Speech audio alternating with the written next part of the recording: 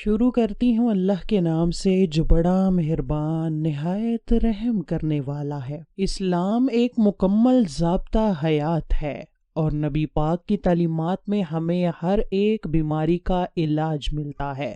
حضور صلی اللہ علیہ وسلم نے اپنی حیات مبارکہ میں جہاں روحانی اور باطنی بیماریوں کے حل تجویز فرمائے ہیں، وہیں جسمانی اور ذہنی امراض کے لیے بھی اس قدر آسان اور نفع بخش ہدایات دیں کہ دنیا چاہے جتنی بھی ترقی کر لے لیکن ان سے انحراف نہیں کر سکتی۔ جوڑوں کے درد کا علاج۔ حضور صلی اللہ علیہ وسلم نے فرمایا انجیر کھاؤ کیونکہ یہ بواسیر کو ختم کرتا ہے اور جوڑوں کے درد میں مفید ہے۔ دل کی کمزوری کا علاج۔ رسول صلی اللہ علیہ وسلم نے فرمایا تم لوگ سنگترا استعمال کیا کرو کیونکہ دل کو مضبوط کرتا ہے۔ زخم کا علاج۔ حضرت سہل رضی اللہ تعالی عنہ فرماتے ہیں کہ اللہ کی قسم مجھے اچھی طرح یاد ہے کہ رسول کے زخموں کو کس نے دھویا تھا اور کون ان پر پانی ڈال رہا تھا، اور جس دوا سے آپ کا علاج کیا گیا انہوں نے بیان کیا کہ فاطمہ رضی اللہ تعالی عنہا رسول صلی اللہ علیہ وسلم کی صاحبزادی خون کو دھو رہی تھی۔ علی رضی اللہ تعالی عنہ ڈھال سے پانی ڈال رہے تھے۔ جب فاطمہ نے دیکھا کہ پانی سے خون اور زیادہ نکلا آ رہا ہے تو انہوں نے چٹائی کا ایک ٹکڑا لے کر جلایا اور پھر اسے زخم پر چپکا دیا جس سے خون آنا بند ہو گیا۔ اسی دن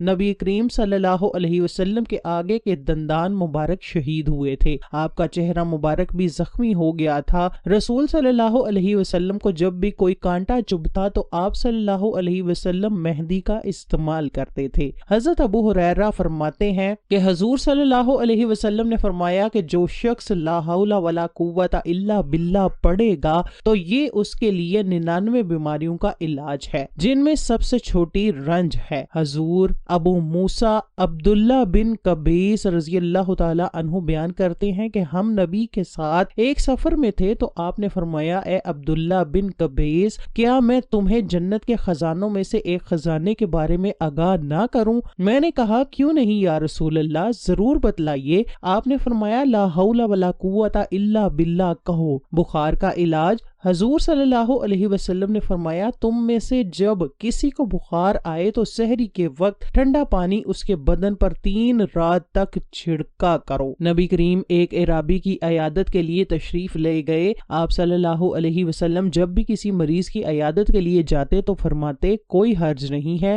انشاءاللہ یہ بخار گناہوں کو دھو دے گا۔ آپ نے اس اعرابی سے یہ بھی کہا، یہی فرمایا کہ کوئی حرج نہیں، انشاءاللہ یہ بخار گناہوں کو دھو دے گا۔ اس نے اس پر کہا کہ آپ کہتے ہیں گناہوں کو دھونے والا ہے، ہرگز نہیں، یہ تو نہایت شدید قسم کا بخار ہے۔ بخار ایک بوڑھے کھوسٹ پر زور مار رہا ہے جو قبر کی زیارت کرائے بغیر نہیں چھوڑے گا۔ آپ صلی اللہ علیہ وسلم نے فرمایا تو پھر یوں ہی ہوگا۔ معدے کی صفائی۔ حضور نے فرمایا کہ انار کو اس کے اندرونی چھلکے سمیت کھاؤ کیونکہ یہ معدہ کی صفائی کرتا ہے۔ پیٹ کے کیڑوں کا علاج۔ حضرت ابن عباس رضی اللہ تعالی عنہ بیان کرتے ہیں کہ حضور نے فرمایا نہار منہ کھجوریں کھایا کرو کیونکہ اس سے پیٹ کے کیڑے مر جاتے ہیں۔ گردوں کی بیماریوں کا علاج۔ حضور نے فرمایا پہلو کے درد کا سبب گردے کی نس ہے، جب وہ حرکت کرتی ہے تو انسان کو تکلیف ہوتی ہے اور اس کا علاج گرم پانی اور شہد سے کرو۔ الحاصل عوام الناس میں پھیلی چند عام بیماریوں کا یہ نبوی نسخہ بطور نظر پیش کیا گیا ہے جس پر آج بھی عمل ممکن ہے۔ نیز اس سے اسلام کی وسعت اور انسانی فطرت و طاقت کے لحاظ کا بھرپور اندازہ لگایا جا سکتا ہے۔ حضرت ابو ہریرہ رضی اللہ تعالی عنہ فرماتے ہیں کہ رسول صلی اللہ علیہ وسلم نے فرمایا کہ تم کلونجی کو لازم پکڑو، اس میں سام کے علاوہ ہر چیز کی شفا ہے اور سام کے معنی موت ہے۔ حضرت عبداللہ بن عباس سے روایت ہے کہ انہوں نے فرمایا کہ حضور کی ایک سرما دانی تھی، آپ اس سے ہر آنکھ میں 3 مرتبہ سرما لگاتے تھے۔ حضرت ابو ہریرہ سے روایت ہے کہ حضور نے فرمایا عجوہ کھجور جنت سے ہے اور اس میں زہر سے شفا ہے۔ اگر ہم اللہ کے احکامات اور رسول کے طریقوں پر عمل شروع کر دیں تو صحت مند زندگی ہمارا مقدر بن جائے گی۔ اسلام نے ہماری بیماریوں صحت کے متعلق ایسا نقطہ نظر پیش کیا ہے جس کی نظیر نہیں نہیں ملتی۔ حضرت اسامہ بن شریک فرماتے ہیں کہ چند دیہاتیوں نے حضور سے عرض کیا کہ جب ہم بیمار ہوں تو کیا ہم علاج نہ کروائیں؟ تو حضور نے فرمایا ہاں اللہ کے بندو علاج کرواؤ، کیونکہ اللہ نے کوئی ایسی بیماری پیدا ہی نہیں کی مگر اس کی شفا بھی رکھی ہے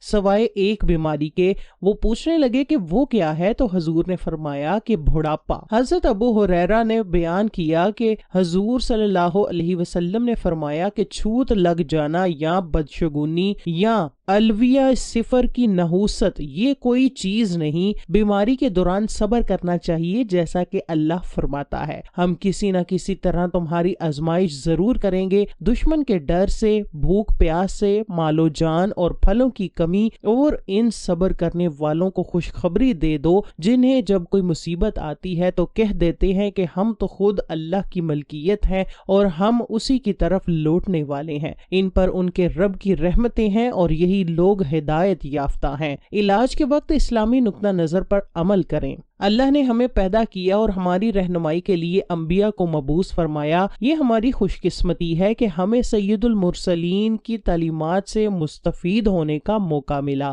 اللہ نے نبی کریم کو کتاب و حکمت عطا کی جو مومنوں کے لیے شفا اور رحمت ہے۔ حضور نے غذا کے استعمال اور بیماریوں سے بچاؤ کے طریقے سمجھائے ہیں۔ پیارے پیغمبر صلی اللہ علیہ وسلم نے بیماری اور علاج کے متعلق امت کی تربیت کی کہ بیماری کے وقت علاج کرواؤ اور صبر کرو، حرام چیزوں کو دوا کے طور پر استعمال نہ کرو۔ اگر آپ دنیا و آخرت میں سکون و اطمینان چاہتے ہیں تو قرآن و حدیث کو اپنی زندگی کا مشعل راہ بنا لو۔ اللہ سے دعا ہے کہ وہ ہمیں صحت مند زندگی عطا فرمائے تاکہ ہم نیک اعمال اور عبادات کر